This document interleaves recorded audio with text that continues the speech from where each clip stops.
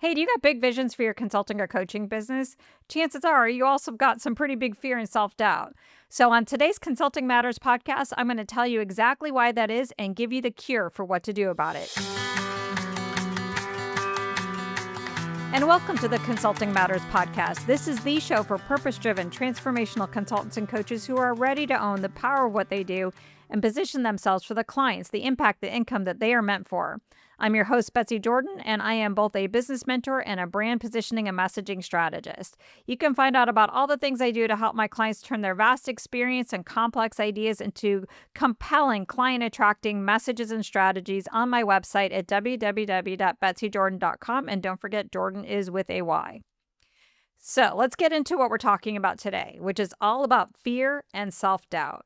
So this is one of those things that it feels like no matter what we do, they're always coming along with us on our journey, especially as we're growing our businesses. And just when we think we got a handle on it, like, oh my gosh, I finally gathered the courage to leave my 9 to 5 and go out on my own.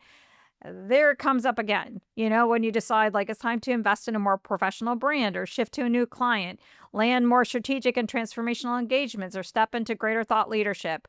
Like at every pivot point, there's this fear and self-doubt. And not only do you stress out about how are you going to find clients, it gets exacerbated in certain times like today. And then it causes you to second guess yourself and make you feel like a fraud. Like if you can relate, this episode is for you. I'm going to share with you what fear is and why it's an expected and even welcome companion on your consulting or coaching business growth journey. I'm also going to share with you the legit reasons why fear and self-doubt are an even bigger deal for consultants and coaches like us. Like we legitimately have a reason where it makes sense that we have this in a bigger way. And I'll also be sharing with you my proven cure for fear and self-doubt. So I have used this C.U.R.E acronym in a couple other episodes around the cure for imposter syndrome that I did way back in episode 4, and I did the same on burnout in episode 60. But in this episode, I'm going to share with you my updated thinking on that framework, but it's still grounded in these key principles. The cure for fear, the cure for burnout, the cure for imposter syndrome, any one of those things isn't to just get rid of it or to pathologize it or power through it. The cure for fear is learning how to care for it. Care and cure share the same root word, which is cura, which means to care. So what that means is care is the cure. So that is what we're going to get into, a compassionate approach for dealing with your fear and your self-doubt so that it comes along with you on the journey as your ally. So instead of it really standing in your way, is joining with you on your journey. So let's get into it. The first part of the C.U.R.E framework is the C, which means to characterize fear accurately. So I want to be clear, fear is not your inner gremlin. I know that we think it's like this inner critic, it's this bad part of you. It's not that. And it's not some personal flaw or unprocessed emotional trauma. It's not trying to sabotage you. Fear is simply an unpleasant emotion that comes up when you step outside of your comfort zone because that space is unfamiliar. And our brains are wired to associate the unfamiliar with danger, hence the bad feelings. So your brain, the way it is designed, and all these negative feelings that you feel are negative feelings are designed to keep you safe. It's just sometimes it needs a little help to also be on board with your highest potential. So the thing is about starting a business, it's scary for everyone, so there's a lot of unfamiliarity with the entrepreneurial journey because it's not the typical career path that most people take. So it naturally raises questions. Like people will be thinking to yourself, like you might be thinking like, oh, well, people think I'm ridiculous for starting my own business. Or is this the right time with the economy as it is to start a business? Or how will I earn a salary? Or there's so many businesses out there, like what if I don't make it? Does the world need another, insert blank of whatever business idea you have? So that makes sense. There's legit risk taking that comes along with entrepreneurship. That's why not everybody does it.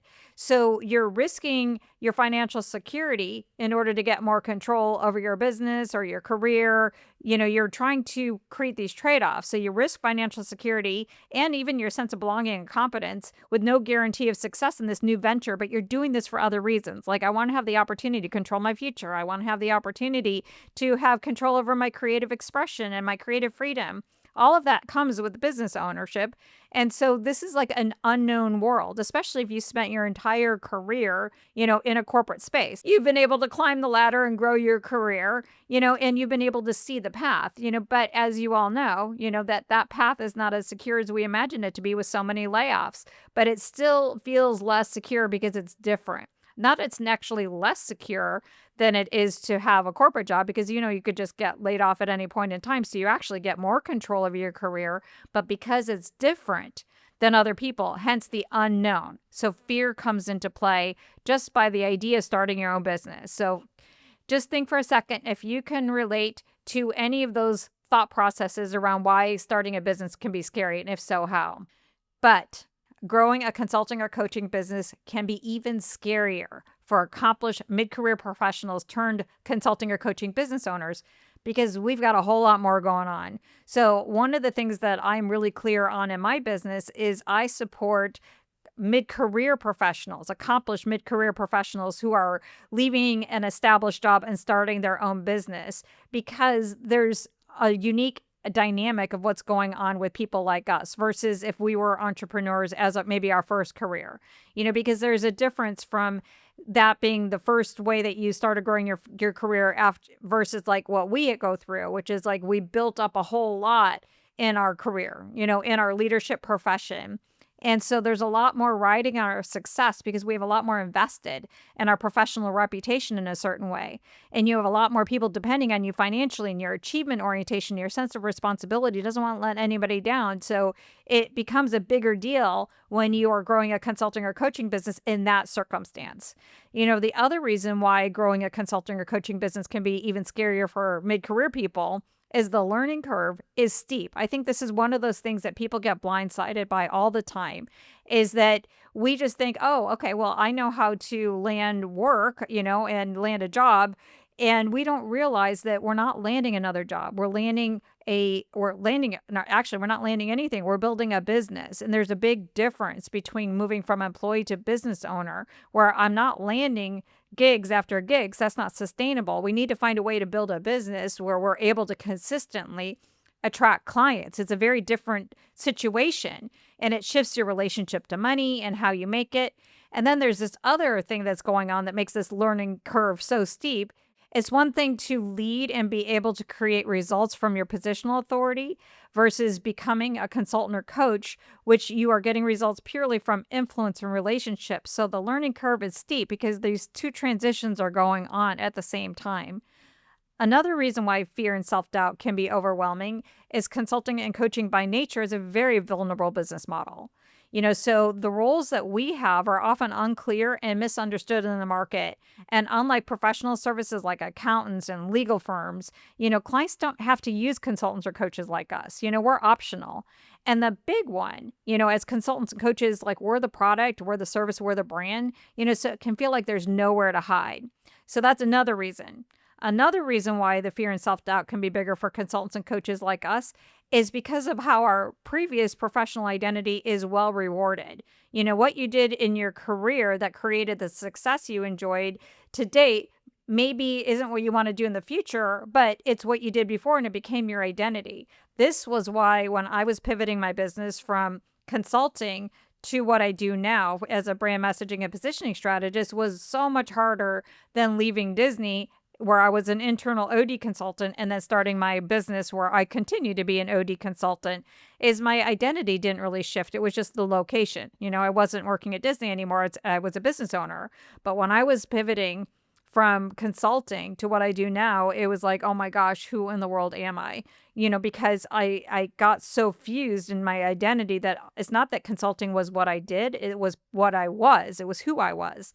And so I had to let go of all of that in order to completely make this change. So there's a lot of fear and self-doubt because I knew myself as a consultant. Everybody else knew me as a consultant. But, will anybody believe me as a brand messaging and positioning strategist? Like, how did I go from consulting into this like marketing and branding space? So to make the change you want with your business, you have to let go of what defines you as a person and as a professional. And then here's one sneaky reason why fear and self-doubt can be bigger for consultants and coaches, which has to do with our business origin story. So most of the consultants and coaches I work with required some sort of external push to act on their long-held dreams of becoming their own boss. So it was something like a layoff or burnout, some sort of intolerable job redefinition, or some sort of soul-crushing leadership decisions. So these situations do a number on your self-esteem, and it often comes with shame, which can intensify your fears about growing a business and having other people find out how you really got here. So these are all the reasons why consulting or coaching in itself as a business model compared to other business models creates more fear and self-doubt. So, can you relate to any of these challenges? Like, just think for a second, and if so, how? And how can you just again just normalize the experience? Like, yes, like if you're hearing me talk about this and you're nodding your head like, yeah, that's me, that's me. That's the first step in curing the fear, is to normalize it, to feel like it's not something that's bad. And the other thing to keep in mind is every pivot point will come with fear and self doubt because you're stepping into the unknown. And again, your brain is programmed to resist that, which means the presence of fear is not an indication that you're doing anything wrong. In fact, it's the opposite. It's absolutely the opposite. When you are dealing with fear and self doubt, it's a sign and evidence that you're on the right track. So, as I close out the C part of my cure model, I want you to really reflect on what would it look like to normalize fear and self-doubt and reframe it as the indicator that you have crafted a powerful enough vision for this next phase of your consulting or coaching business. Because if you didn't have fear, you wouldn't be stretching yourself.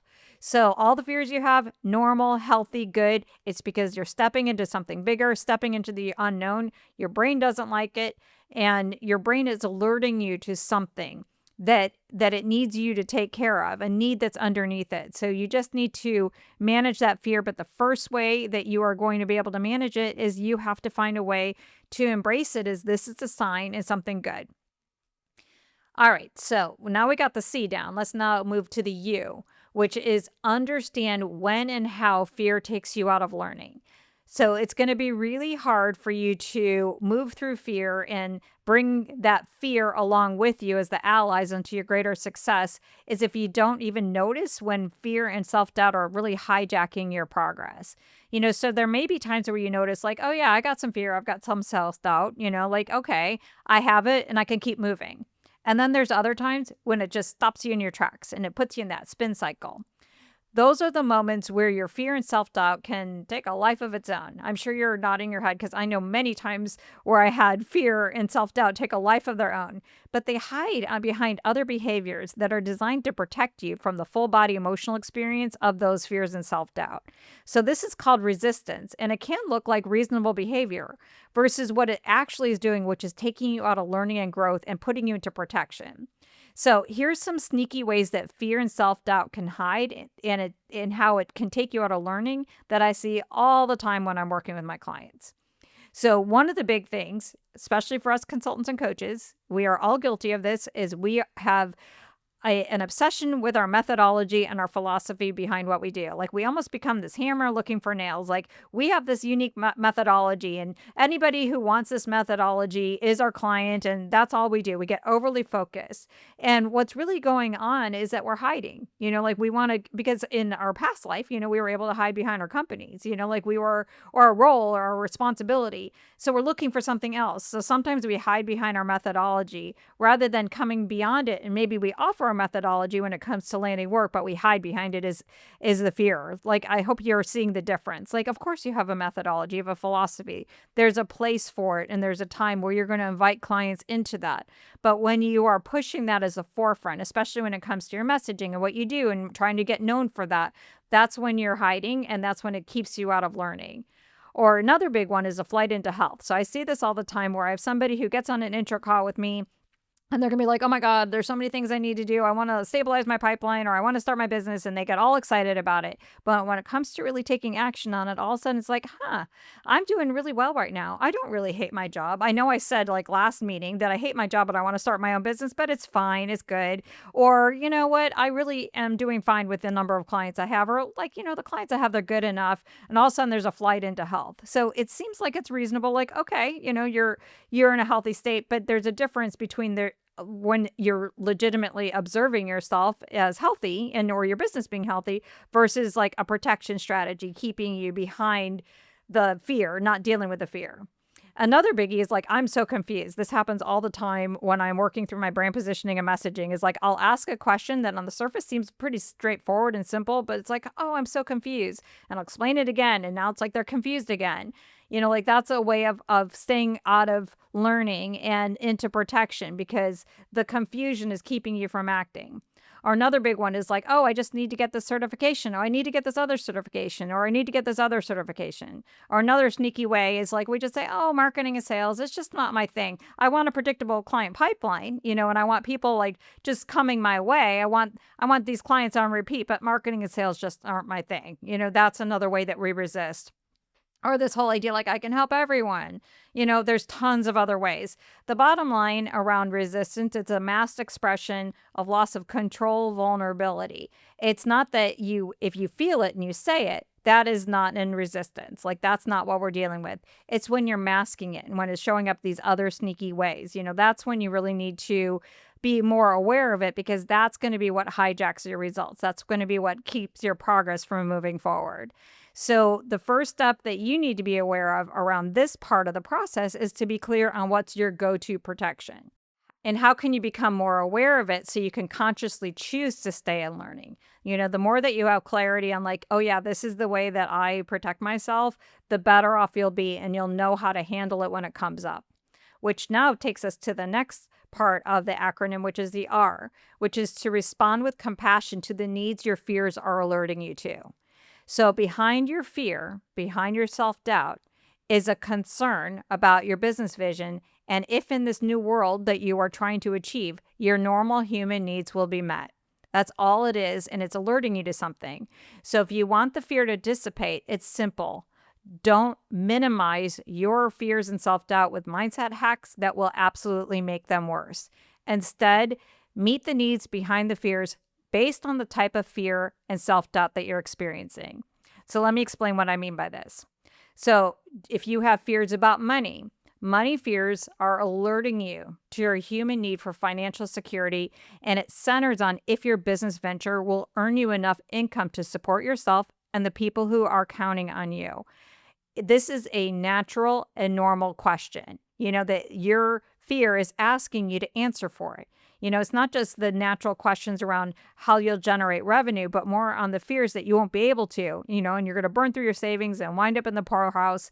Like that's what's going on. These are normal fears. Like you need financial security. This is not a choice. Just because if you're going after more self-actualization doesn't mean that you have to give up the basic human need for financial security. So you don't minimize this fear, by asking like, well, what's the worst thing that could happen if you don't earn enough to pay your bills? This fear is already rehearsing those worst case scenarios about blowing through your savings and letting everyone down. So what do you need to do instead? You need to give it a plan. You need to give it a plan for exactly how you'll make money and how you protect yourself financially. So you need to get clear on not just like, oh, I want to be a consultant or I want to be a coach and I'm going to sell these things. Like, no, you need to get clear on what are you going to monetize? Like, what's your offers? What are people going to pay for? And then how are you consistently going to be able to reach clients who want what you want to sell? Or more importantly, how are you going to align your offers to the clients that you want to help so that they will see what you are offering is, oh my gosh, of course, yes, I want to work with you or I want to sign up for what you're offering. So you need to work on that plan. You need to make it clear to that part of yourself, like, yeah, I got you and I will take care of you financially. So the second fear is about being seen. Visibility fears are about your human need for connection and belonging. And these are the fears that are ultimately are what are behind the marketing and sales fears. So there's the concern is like, well, what if I created a website and nobody visits it, or create content that nobody reads? Or what if I create offers that nobody buys? Or what if I step in the spotlight and people are secretly judging me? So when you have like the fears of being seen, you don't calm them by saying like, oh, what's the worst thing that can happen if I put myself out there? You've already seen this movie in your head, and it looks like no one caring or noticing at best, or judging and rejecting you at worst. So instead, what do you do with this fear? Give them some colleagues and support, with people who get what they're going through.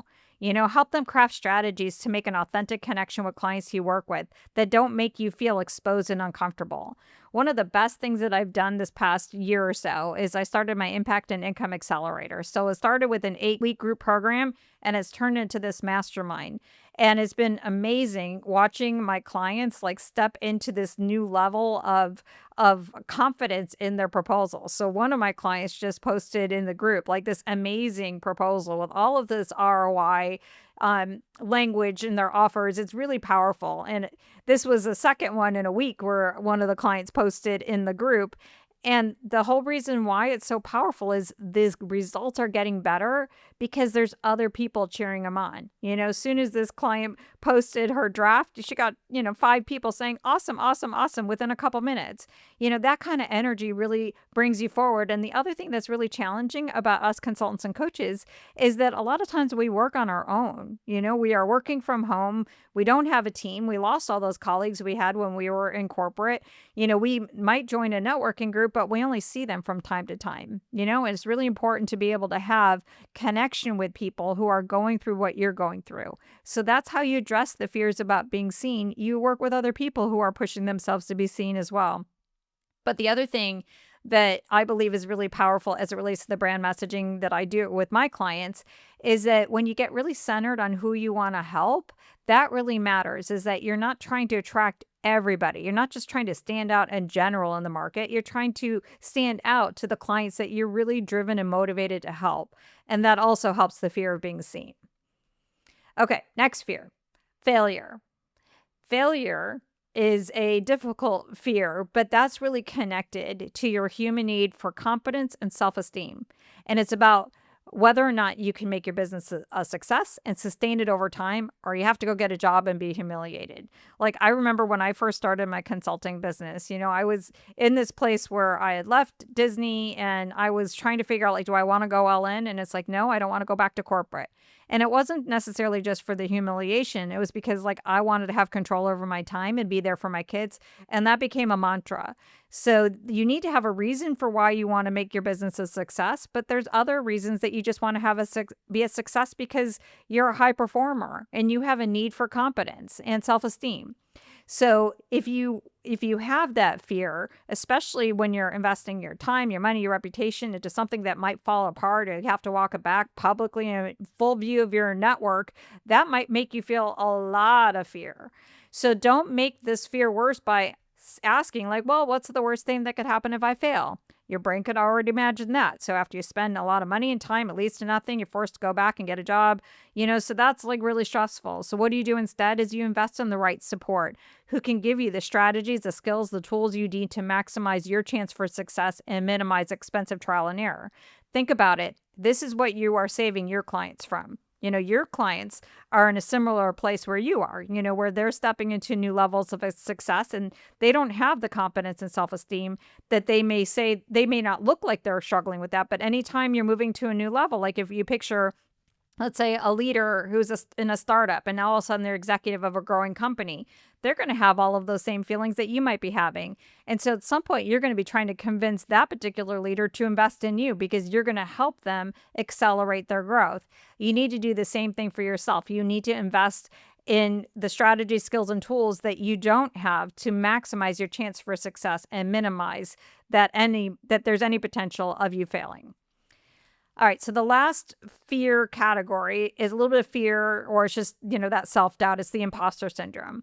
So imposter syndrome is what happens when we have a hard time internalizing the real value of your unique strengths, your passions, your experience. This fear is connected to your self-actualization and questions if you really can make money and a difference doing what you love. So it's connected to the shame and vulnerability we feel when we get close to our superpowers and our heart's desire. So whatever you do, like don't like Stuart Smalley it. I just thought dated myself. That's an old reference from an old SNL skit. So don't overcome it with cheesy positive affirmations like I'm good enough, I'm smart enough, and doggone it, people like me affirmations. Like you really need to take the time to figure out how your unique combination of strengths and experience developed and honed for decades translate to the consulting or coaching business you want now. So that was a lot for the R section of this acronym, But I would love for you to take a moment and just think specifically what scares you, makes you doubt yourself. And then take it a step further and think about what is the need that this fear is alerting you to and how can you meet it? All right, the last letter in the acronym, and I promise this one will be a whole lot shorter. And the E one is expand your vision for your business and the passion behind it. So, my number one hack for dealing with fear, at least for me over the 15 years or so through every inflection point of my business, is to make my business vision clearer and bigger than my fear. So people ask me all the time because of all the changes, like, oh, you just seem like you're fearless. And it's like, it's not that I don't have fear.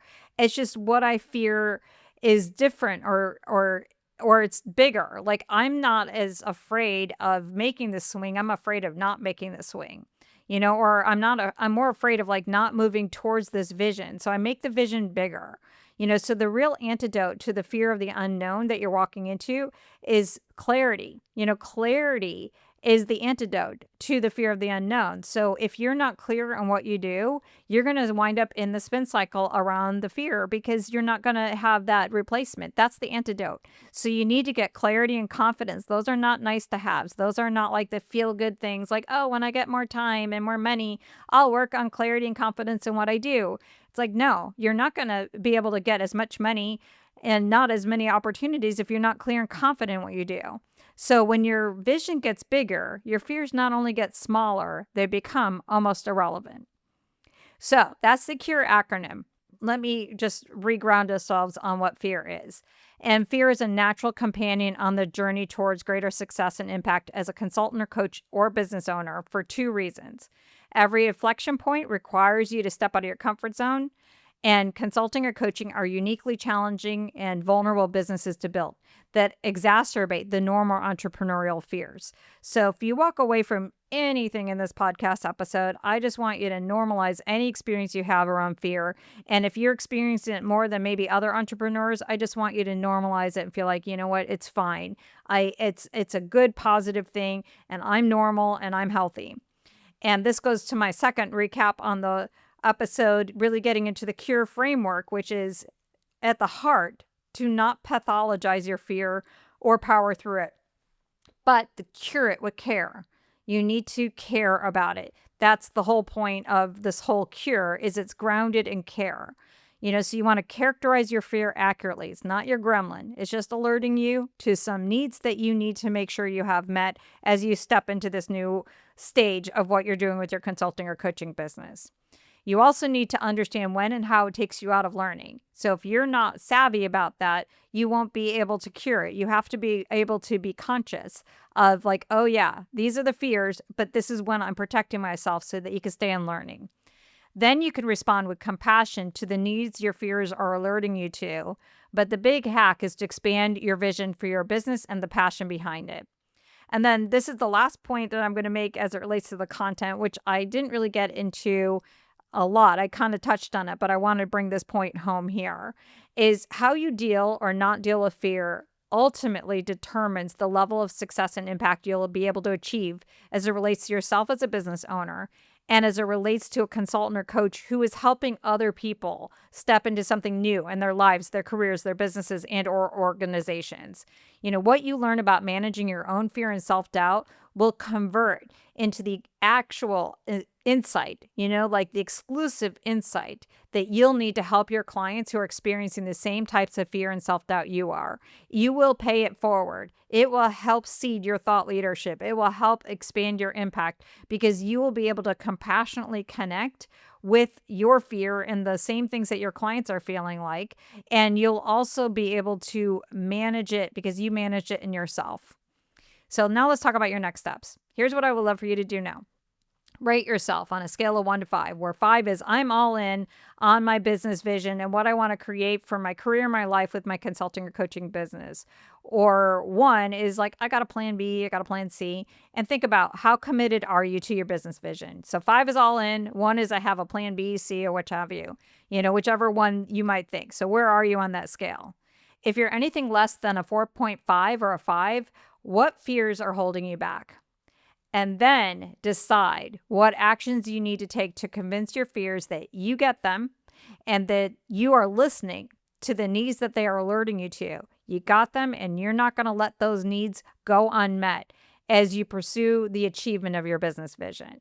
So the first question is to rate yourself on a scale of 1 to 5. And if you're anything less, try to identify the fear and then convince those fears you got them. You got their back. You are going to do what it takes to meet those needs. And of course, if you need help expanding the vision you have for your consulting or coaching business, and you really want to get clear and confident in what you do, be able to articulate what you do with that type of clarity and confidence, you want to figure out how to package up what you offer that gets the right clients to say yes to working with you, then absolutely let's chat.